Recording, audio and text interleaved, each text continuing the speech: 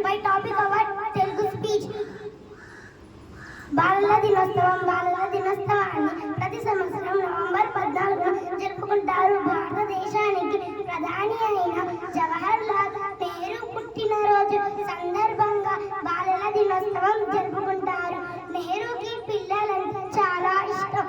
పిల్లలు నెహ్రూని చాచా నెహ్రూ అని ప్రేమగా పిలిచేవారు. నెహ్రూ భారతదేశానికి మొట్టమొదటి ప్రధానమంత్రిగా చేశారు. స్వాతంత్ర పోరాటంలోని మహాత్మా గాంధీ నెహ్రూకి మొట్టమొదటి ప్రధాన సిగ్గుడిగా ఉండేవాడు.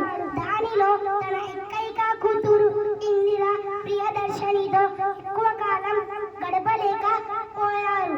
భారతదేశంలోని బిడ్డలందరినీ కన్న బిడ్డగా చూసుకునేవాడు. నెహ్రూ తన పిల్లల కోసం కృషికి గాను తన